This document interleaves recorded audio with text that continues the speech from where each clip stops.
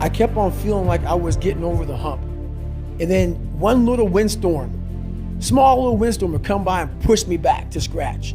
It's like, why am I not, I'm learning how to read now. I was a junior in high school and couldn't read that well, a fourth grade reading level, because I would cheat on everything. And I learned how to read, I learned how to write. I taught myself all these things, all these disciplines.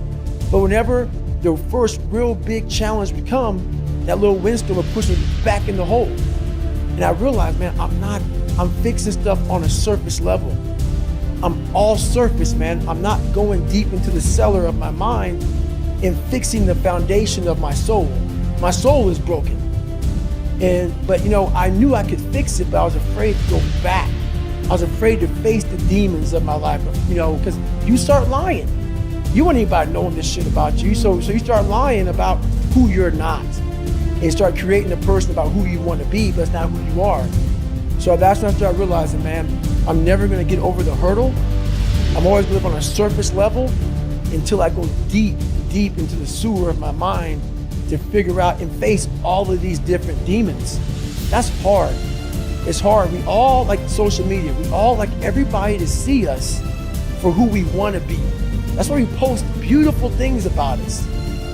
That's not going to fix you. So I realized that, and that's when I started going back. So I was about 24 years old, and I went from 175 to almost 300 pounds. And that's when I sat down on my couch and realized we got to go back.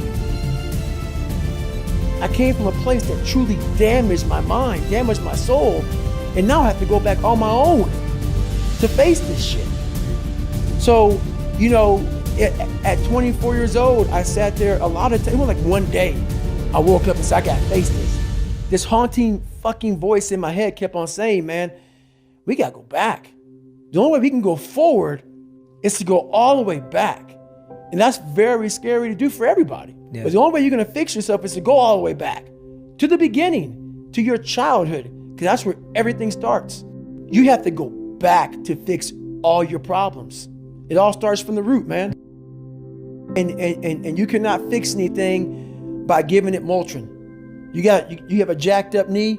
The swelling may go down, but it's still jacked up in there. You got to get it fixed. You got to fix the knee.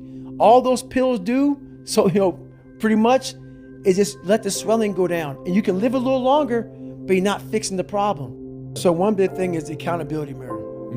You have to start with yourself. So what happened in my life was we start to get, I call it like the rucksack. A rucksack is a pack that you carry in the military, and you put all your stuff in it. Your radios, your food, your water, all that stuff you have to carry in the military. That's your rucksack. It's a backpack pretty much. As you're growing up, we all have a backpack. Most of ours, hopefully, is empty, and what we put in it is all the crap we go through in life. That's what is in the backpack for the civilians, and we carry it around with us. So what you have to start doing is realizing that no matter where you're at in life, I got called nigger a lot. My dad abused me, learning disability, stutters, immaturity, insecurities, self-doubt, so much crap on top of me. So much stuff. I lied a lot to create friends. So much stuff was in my backpack. No one's coming back to help me. So it starts with that person in that mirror. You have to realize you are on your own now. And whatever else you believe in, I don't care what you believe in, but on earth, it's a very lonely journey. And it starts with the accountability mirror, looking at saying, hey, my dad who beat the hell out of me is not coming back. All these things are coming back. I have to face myself. And you have to own all those things that people may have done to you. Now it's yours. You got to own it. And people are often loath to do that because they actually don't want to know, because they'd rather be spread out in a sort of half-blind manner in the fog, hoping that the place that they're at is better than it really is, and deluding themselves by remaining vague, than to figure out, I'm right here, right now with these specific problems. But it's actually better to do that, because if you have a set of specific problems and you've really narrowed them down and really specified them, then you can probably start fixing them, and you can start fixing them in micro ways, bit by bit. But there's no way you can do that without knowing where you are. It's impossible. And you can kind of tell if you don't know where you are. It's quite straightforward. If you are haunted by reveries of the past, for events that are older than approximately 18 months, if they continue to come up in your mind over and over, in your dreams over and over, you haven't extracted the world out from your past experiences. The potential is still trapped in the past. And to confront the potential means to confront the dragon of the past. And of course, that's terrifying, and it can seriously be terrifying. So for example, maybe you're vague and ill-formed and ill-defined because you were abused very badly when you were a child, 4 years old, something like that. And maybe you were abused by a family member, because that's generally who does the abusing. And so that just makes it worse. And then what that means is that you've had an implicit encounter with malevolent evil. You've had a direct encounter with malevolent evil, but you have an implicit hypothesis of malevolent evil that's plaguing you. It's still there. It's trapped in the memories, right?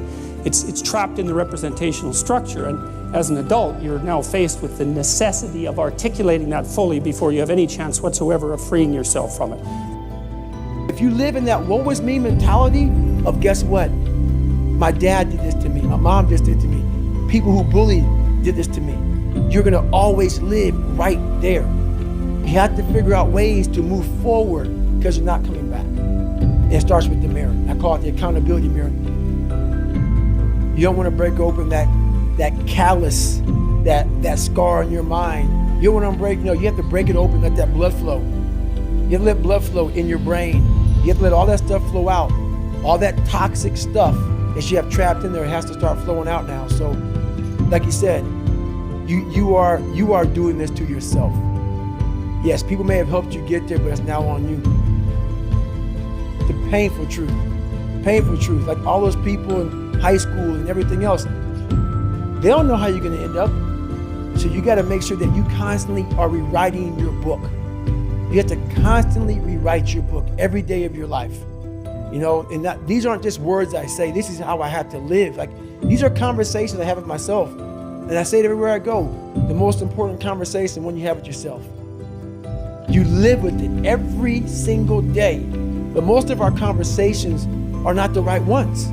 They're not the ones that are going to push us to the place we need to go. They're the ones that are going to keep us sitting in that toxic environment that you've helped create and everybody else helped create, and you just live in it. You live in that muck. And that conversation just plays in your head, and that becomes you. The worst punishment isn't waiting for those who committed to something and did wrong. The worst punishment is reserved for those who committed to nothing and stayed on the fence. And that's really something too. That's really something to think about. And it's also something I believe to be true, because I see that stasis is utterly destructive.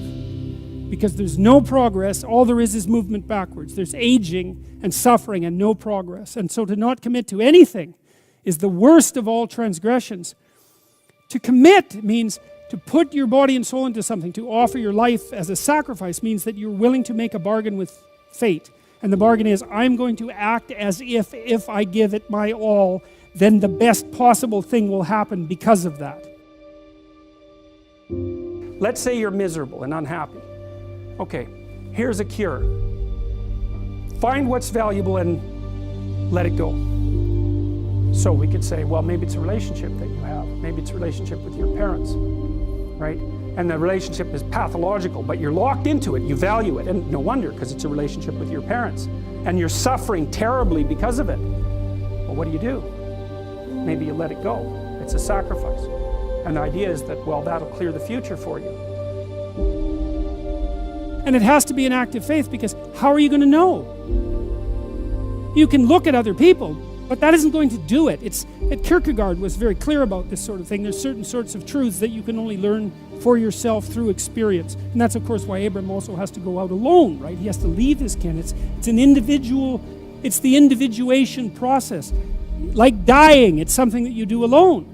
There's no way you can tell what is within your grasp, let's say, unless you make the ultimate sacrifice. And there's no way of finding out without actually making it.